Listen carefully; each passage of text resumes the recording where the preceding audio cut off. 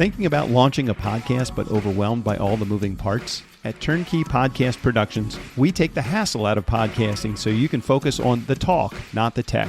From concept to launch, guest booking to post-production, we handle everything. Need a strategy to grow your show and turn guests into clients? Yep, we do that too. DIY or done for you, we've got the solution that fits. Whether you're just getting started or ready to scale, TurnKey is your behind-the-scenes podcast team. TurnKey Podcast Productions. Your voice, your message, fully produced. Learn more at turnkeypodcast.com/contact. That's turnkeypodcast.com/contact. Coming up today on the Nice Guys on Business. So RockStep 16, that's this week, provide solutions. That came from Napoleon. So Napoleon had a rule that when his generals came to him, they would never tell him, hey, Napoleon, we got a problem. You have to come in the following format. Napoleon, we got a problem. I've identified 3 options or multiple options. Boom, boom, boom. Here's what they are. And I am recommending option 2 because. And so the idea is you want people to take responsibility to think through a solution to a problem and not drop the monkey on somebody else's back. Right. Okay. And that is a behavior that leads to a better performing team. Smarter than Stephen Hawking, more popular than Chris Pratt, and better looking than Brad Pitt. 3 things you will never hear about the Nice Guys on Business. Go from where you are now to where you could be. Get expert tips to grow your business, to be more productive and more efficient, whether you're trying to build influence, grow your community, or make it rain. Best-selling author of Nice Guys Finish First, Doug Sandler, can lead the way. The Nice Guys on Business is produced by TurnKey Podcast Productions. Now, here's your host, Doug Sandler. Okay, nice guy community. So Andy Weiner isn't just in the business of shopping centers. He's in the business of reimagining what community really could look like. And as the founder and president of RockStep Capital, he's been transforming hometown retail spaces since 1996. I know a lot of you have not even been born before 1996. So you're going to be learning from a master, proving that even a mall, remember those malls, can have a heartbeat. Before that, Andy was running the family retail business with more than 5,000 employees by his early 30s. So yeah, he's been leading people longer than most of us have been paying rent. Now, he built his company around 25 guiding principles. We're not going to go through all of the principles today. He promised me that we'll get to some of the really, really essential ones. They're called the RockSteps, and they shape everything he and his team does. As you know, through some conversations on Fridays with Strick and I, we both dabble in commercial real estate. So I'm pumped to be able to talk the RockStep way, leadership and culture, and how Andy keeps the community at the center of it all. Andy, I'm excited to chat with you. Welcome to the Nice Guys on Business podcast. Doug, happy to be here. So let's start here, because I think oftentimes it's not the investment and it's not even what vehicle is being used. Before we make the investment comes that thing called trust. Sure. What's been a solid way for you to help gain that trust with clients that you have either garnered or working with or soon to work with that may have never met you before, like my community that's listening today? Yeah. So before I talk about the RockSteps, let me just let you know and your listeners know that the word RockStep is a dance move. It's not in the dictionary as a word, but dancers know. I like big band music, Frank Sinatra, Ella Fitzgerald, 50s, 60s, swing. Nice. And when you do couples dancing, you RockStep when you switch directions on count 7 and 8. 1, 2, 3, 1, 2, 3, RockStep, like ball pivot change. And so, Doug, we use it as a metaphor, basically to be agile, to be flexible, to listen to the music in the industry. And we use it as a verb. Hey, Doug, we got a problem here. We got a RockStep. Okay. And then we also use it as a noun because they are 25 behaviors that I wrote, very detailed behaviors about how I want everyone at RockStep, we have about 100 employees, how I want them to behave. And if they behave like this, we'll have a high performance team. Mm-hmm. We'll be able to resolve conflict. We'll be able to build trust. And it's the language we use. I'm very emotional about it, to tears, to the mat. If you want to manipulate me, tell me you like the rock steps, Doug. Okay, you'll get whatever you want. But in our interviews, so anybody interviewing to RockStep, and we're hiring, Yeah. Doug, is you have to come to the interview. What are your favorite 3 rock steps and why? What are your most challenging rock steps and why? Every Monday, we've been doing it for 9 years. We have a rock step of the week. We're on RockStep 16, provide solutions. And so one person writes a little essay about it and then calls at random. Other people in the teams call, hey, Doug, what does it mean to you to provide solutions in your work? Oh, You I got to be love it. prepared for being called upon. And so you get used to thinking about these type of behaviors. And so, what are your favorite 3 and why? What are your most challenging 3 and why? My favorite, rock step number 1, my favorite 3, rock step number 1, do the right thing always. We're in the investment business. Yeah. Okay. The investment business is a world of gray. So you got to stop and say, hey, what do we do? How do we deal with this? Second favorite, rock step number 3, be punctual. On time is 5 minutes early. And if you're on time, you're late. It's about courtesy. Rock step 24, keep family first. If you don't take care of your family, if you don't take care of your health first, you can't take care of RockStep. Most challenging 3, RockStep number 4, be a fanatic about response time. Doug, is hard to keep up. There's too much coming at me. RockStep number 7, listen generously. My wife would verify that I have issues here. I'm impatient. I'm thinking about what I want to say. I'm working on them. Where I think women listen better than men. But anyway, I've got issues here. And then RockStep 25, keep things fun, is another challenge. I'm very, very serious. My wife says, Andy, you take the fun out of fun. Okay. So anyway, You're doing good though, man. You're doing good. Yeah. So to come to RockStep, you've got to be really good, hopefully, at your profession, leasing, property management, finance, construction. To stay at RockStep, you got to live by these. And we're required to live by these between ourselves, between us and our investors, our tenants, our communities, our professionals, our lender. We're not perfect, but if there is one thing, the most important thing about our company, the most important, there's no close second, it's the RockSteps. I love that you presented a handful of those steps, 7 or 8 of those steps along the way, and the ones that were challenging to you, and the ones that were the thing that you lead, you guide yourself by. I think one of the biggest challenges that people have is that they feel like if I am gifted with that talent that God gave me, whatever that talent is, whether I'm a great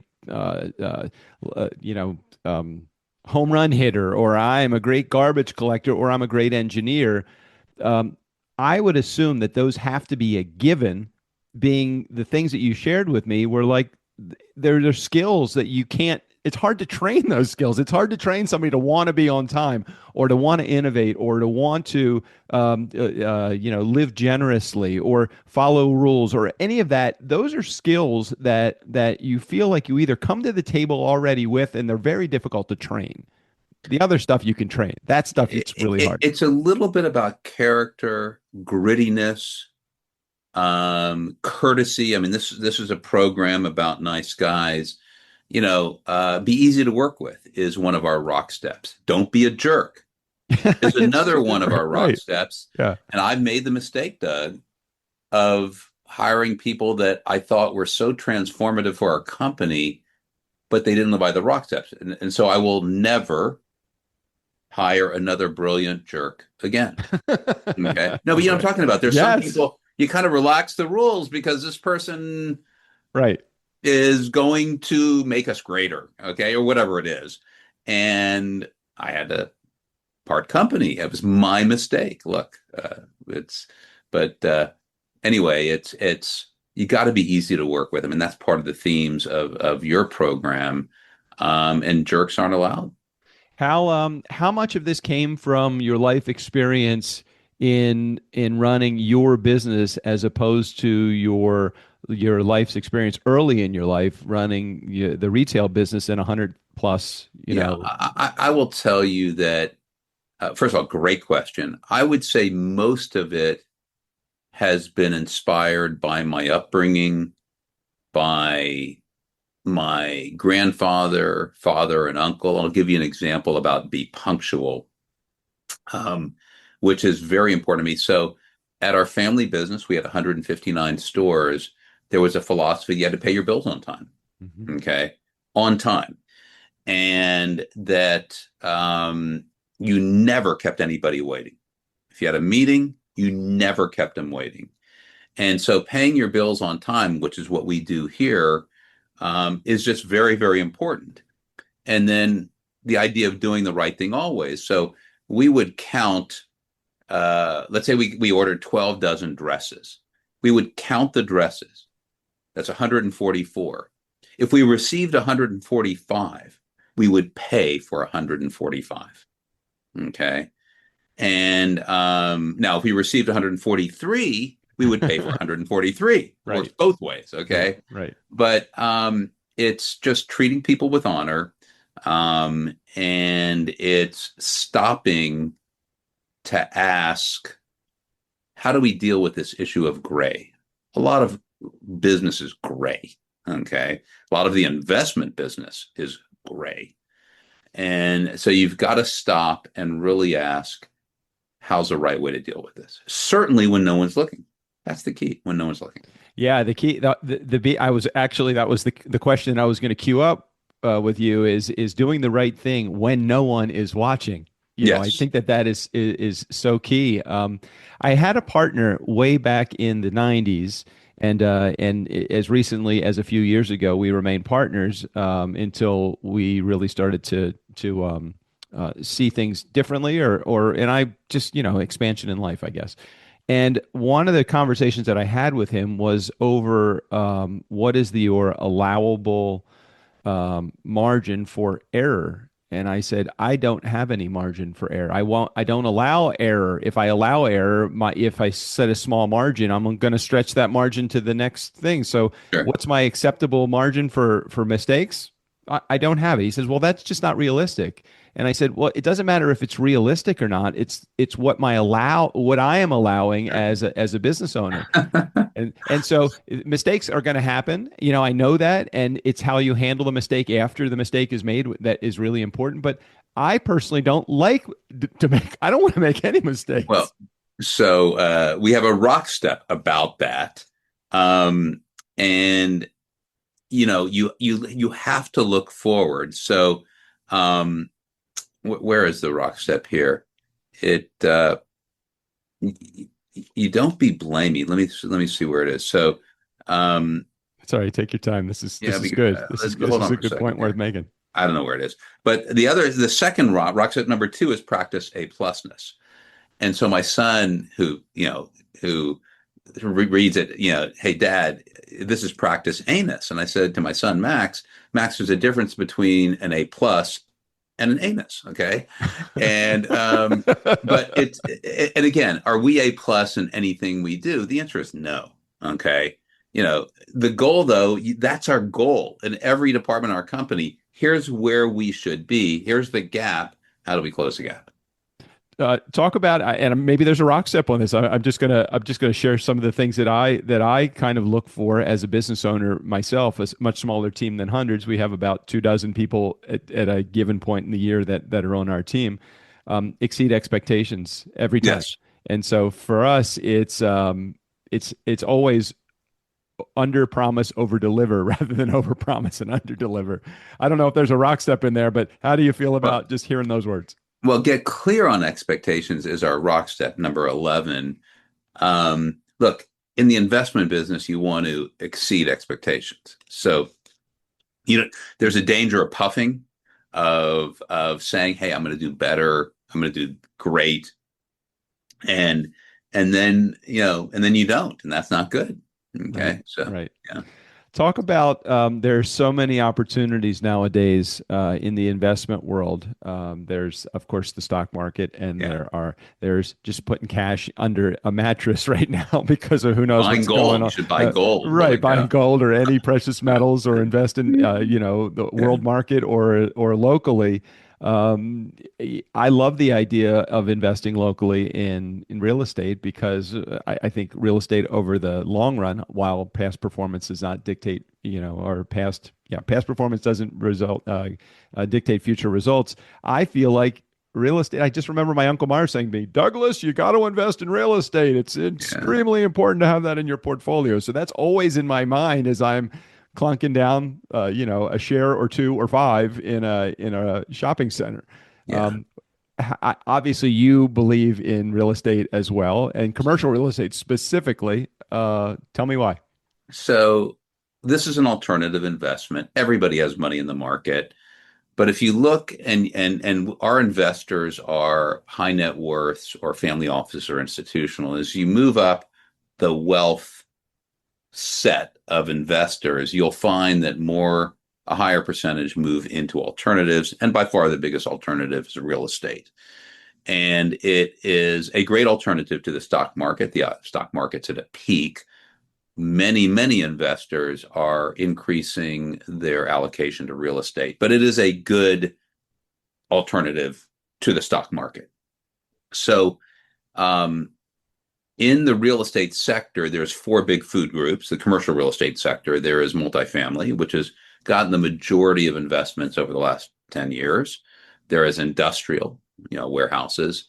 There is office, which took a big hit with COVID. Yeah. And then there is the shopping center sector, which had been out of favor because of the Amazon effect. Okay. Mm-hmm. And so what's happened in our sector is two things. One, Amazon plus COVID kind of killed the weak retailers. And those that it didn't kill have figured out how to compete against Amazon, hold market share, even grow market share. And their balance sheets are very strong. Most of them are investment grade credit. And they're telling Wall Street, we're going to open up 50 stores each year or 200 stores each year into an inventory of shopping centers that, because of construction costs going up by 40%, when they're not building anymore. Mm-hmm. So different than the hundreds of thousands of new units of multifamily coming on market and the new industrial, there's no new shopping centers. So you have all these companies that are growing into an inventory that's not. Mm-hmm. That's good. Okay. The second thing that's happened is, for investors that like cash flow, that like yield, the shopping center sector is the yield play. Mm-hmm. Why is that? It's because we have positive leverage. What that means is that the yield at acquisition, the cap rate, is higher than the interest rate on the debt for the asset. Mm-hmm. So we just bought a grocery anchored center in Louisiana at a 9% yield. We're borrowing at 7%. We're buying an enclosed mall at a cap rate of 16 cap, Mm-hmm. and we're borrowing at 7%. So these properties have huge amount of cash flow. That's positive leverage. I'm in Houston. Outside my window is a 300 unit multi-family apartment complex valued at a 5 cap, a 5% yield. But the debt on that property is 6%. Right. So by adding debt, you're hurting the returns to your investors. Okay. So the only way that works is if the sponsor believes that they can rapidly increase the profitability and cash flow, the net operating income off that asset. We call that a strategy of prayer. Okay. I hope. And in commercial real estate, a strategy of prayer is not what we recommend to your listeners. Right. Okay. Right. So, yeah. Go ahead. I was just going to say, tell me, you mentioned a couple things in there, so I'm really curious. What is the typical property look like that you are working with? So let's start with geography. We are secondary, tertiary market operators, Mm-hmm. and we use the term hometown. Our fund name is called Hometown America, and we define a hometown as a city under 1 million, could be as small as 100,000. Mm-hmm. That has great quality of life, engaged civic and political community, low crime, low cost of living, So you've got to have that. That's a smaller community. That's what you've got, but you combine it with essential drivers. It's got to have something driving population growth. Mm-hmm. It's got to have a major university or military base or tourism or a really expanding hospital district or a Fortune 1000 company or multiple of that. Those got to be essential drivers. Right. So that's where we live. Okay. Now, within that geography, we buy open air centers and we also buy enclosed malls. The enclosed malls is the high octane type of investment because you're buying them at a yield of 15% plus or minus, a cap rate of 15%.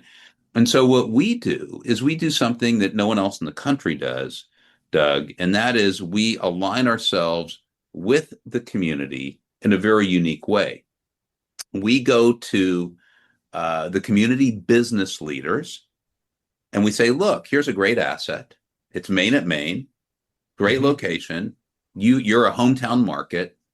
Do you want to invest alongside my capital and our investor capital in that asset in your community with an institutional operator with institutional expertise at a chunk, a small piece, which you would never do? Right. Okay. Right. And by doing that, we get local business leaders to be partners with us in that hometown. And it helps on things that are really powerful. It helps with entitlements, zoning approvals, property taxes, incentives. Oftentimes, these large properties, you want to do something different with them. You want to put a medical office or a sports complex. And so you basically deputize your local investors as leasing agents for alternative uses. Mm-hmm. They're on the board of the community college, the hospital district, the economic development district. And so you basically can reduce your risk, therefore improve your returns by taking the effort to get local partners. In addition, debt is hard for malls. That's why you can buy them so inexpensively. But if you can network with community bank debt, they want to invest in their communities Mm-hmm. for assets that are high profile. And so you can get more debt capacity and you can get a market interest rate and you can get flexibility with limited or no prepayment penalties. And oftentimes your local investors are on the board of your local lender. Okay. So everything is aligned.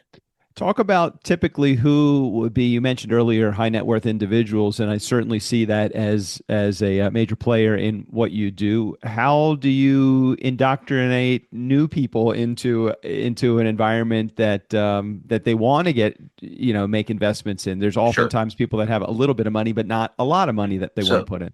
so the answer is you have to educate.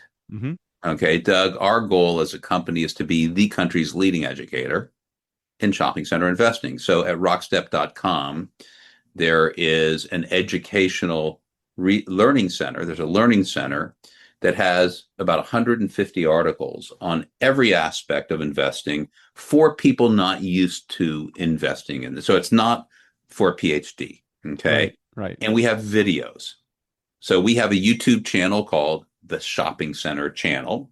Please go there and Mm-hmm. look at videos. And then, you can, if you're on Instagram, I'm the Shopping Center guy. So We'll make sure we put links in the show notes for those things as well. So the answer is educate yourself. Okay. And if after you educate yourself, you like the story and you think you understand the risk, because we talk about things that go wrong, why not to look at the sector. We're trying to be very straight, speak straight about it. Right. Then you engage us in a conversation. As it relates to things like the market, you mentioned the market is at a peak, and it is at a peak right now. Is it a peak that will continue to perform? We don't know. Again, past performance does not dictate future results, but at the same time, the market's doing really well. Real estate is right now doing really well. There's areas that are doing very well. As it relates to just understanding which direction that you go, how does somebody make a decision? I mean, talk to the layman that's out there, and the guy that's just right now to date has put money in a 401k. He might have 25 or 50 or $75,000 in discretionary savings that he could put into commercial real estate. Is that a good client for you, or is that somebody that you would say, we really don't want to put them in that position? Yeah, I first of all, any investor that invests with somebody like us needs to be accredited.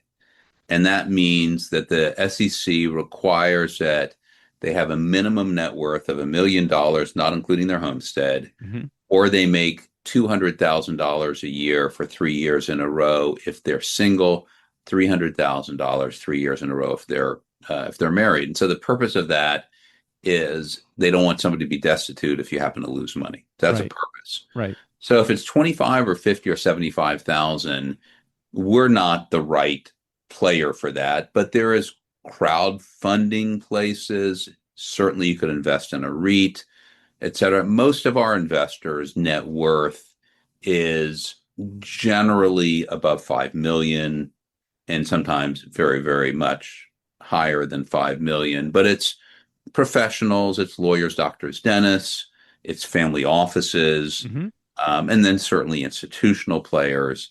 Our minimum investment's $100,000. So, for people who want to go with private equity real estate, which is what we do, Mm-hmm. my suggestion is to diversify and, choose 2 or 3 sectors. And Mm-hmm. there's great operators in multifamily and industrial. And, we on our website, will tell you what we think are the 5 best operators in each of these 4 subsectors. Mm-hmm. So you can go to our website and see who are the top players we like in multifamily or in industrial, and go to their website and read their stuff. Just Now, educate yourself. now I know Okay. you were involved in your family's retail business, and obviously you're the leader of a large organization right now. Who do you draw your inspiration? Who did you draw your inspiration from to create what you've created, and who are you still drawing inspiration from today in order to continue your push forward? I certainly my mentors and teachers, my father, my grandfather, um, people that inspired me in our family business. It's a combination of a skill set for what you're doing with real grittiness and honor in terms of how you treat people. And you have to have continuous learning. Um, you know, I think all of us have to constantly, I mean, look, we got to get better, better, better, better, better. And, life and business is about dealing with problems. Mhm. That's all we do all day long. It's problems. That's it. Hey, Okay. wait, you said wasn't your one of your rock steps work in the solution or be a part of the Yeah. And solution? so RockStep 16, that's this week, provide solutions. That came from Napoleon. So Napoleon had a rule that when his generals came to him, they would never tell him, "Hey, Napoleon, we got a problem." You have to come in the following format. Napoleon, we got a problem. I've identified 3 options or multiple options. Boom, boom, boom. Here's what they are. And I am recommending option 2 because. Hmm. And so the idea is you want people to take responsibility to think through a solution to a problem and not drop the monkey on somebody else's back. Right. Okay. And that is a behavior that leads to a better performing team. Agreed. Agreed. And well said. Anything I should be asking you? I know we have just had a very short period of time to jam a whole bunch of information into a small funnel, but is there something that we want to make sure are the words that we are leaving or the question we're leaving for our listening community answered today? You know, I was thinking about nice guys and the power of nice. Um, you don't know. I mean, look, when we hire people, when I uh, get married to somebody, I mean, like you're when we hire people, you're looking for a skill set, but you also want them to follow the rock steps. But as good as you can interview, Doug, and any testing and multiple you don't know till you live with somebody. Right. This is it. Agreed. Okay. And being nice is about being nice in the small things, the day to day, the little kindnesses. And that's really for partnership, for spouse. That is essential. Now, there's other things that are important, but if you don't have those small kindnesses, it doesn't work. This is my opinion. It doesn't work. And I've learned the hard way. Agreed. Okay. Agreed. You mentioned a couple of things in there, and thinking about it after we disconnect, I'm going to make sure I make an intro. I have another podcast that we produce called the Generous Business Owners Podcast, and I'm like, he would be perfect for that environment. So I'm going to make an intro if that's okay for you to have one more appearance on one more podcast. Doug.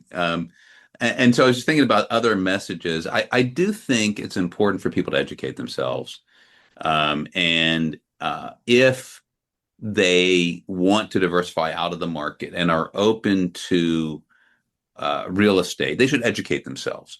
So come to our website, go to the Education Center. If they want to educate themselves in other sectors, we give recommendations. It's not investment advice. Advice, but people we like in other sectors, go to their websites and really study. If you go into commercial real estate through private equity as a limited partner, as an LP, my recommendation is to come into it at the fund structure instead of the deal structure. Right. Because you get that diversification. So our fund, call it 6-7 properties. One will probably underperform, hopefully one or two overperform, and the rest should be just about right. Right. And if you buy something directly and it underperforms, and that's the only thing you did, it's not good. Right. So that would be my recommendation to your group. So we've got a fund. Other companies have a fund. I think diversification is through a fund structure is smart. Now, from a tax perspective, Doug, this big, beautiful bill, is providing like unprecedented tax protection. So let's pretend somebody invests $1 million. They'll get a first year write-off of between 70 or 80% passive loss, a $700,000 or $800,000 passive loss immediately to offset passive gain.